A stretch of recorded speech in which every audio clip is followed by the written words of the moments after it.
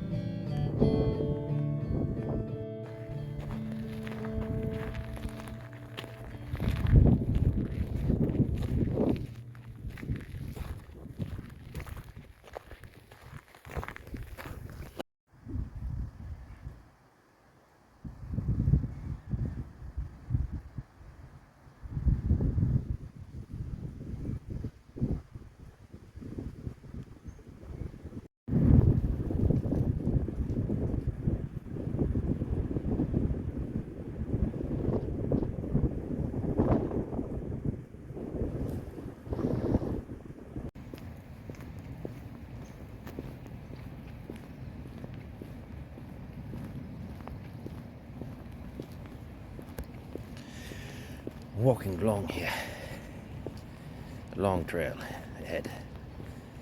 But of course, if you want adventure such as this, the wilderness,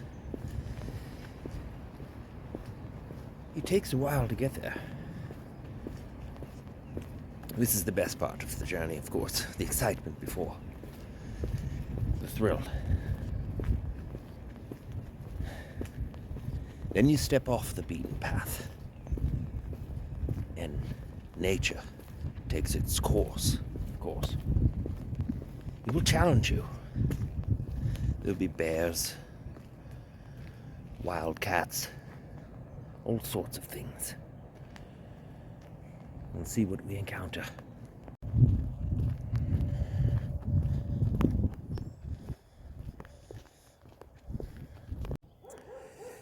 I'm going to try and get as many video recordings as I can in. There are dogs everywhere.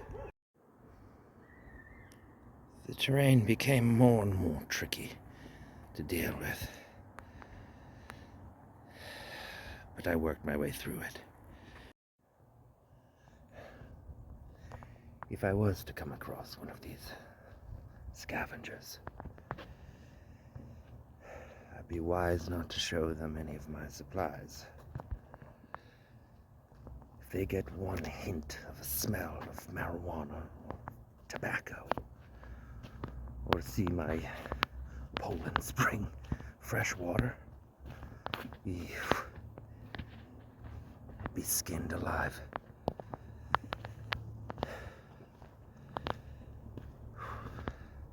I even have a lighter on me. That's like gold to these people. After the fresh rain from last night, these pools of water are sure to attract these savages and scavengers.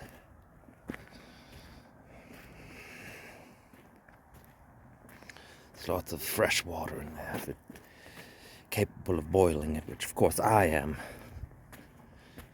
But again, one glimpse of any of my supplies, like a lighter, and they'll skin me alive.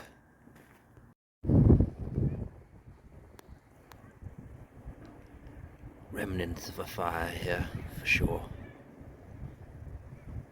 You can see the charred embers.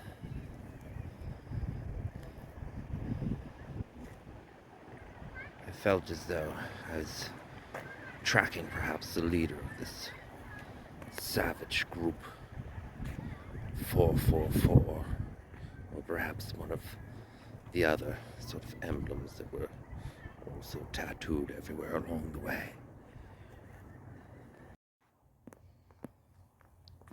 And another one.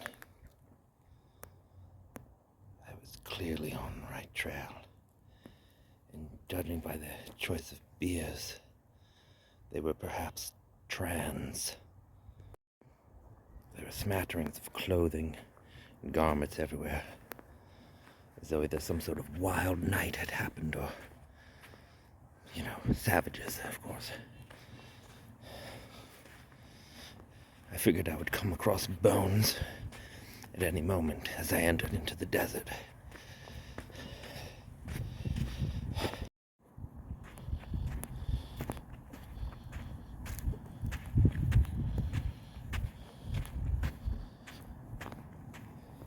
I traversed the desert for what seemed like forever, and I thought that I would never see water ever again.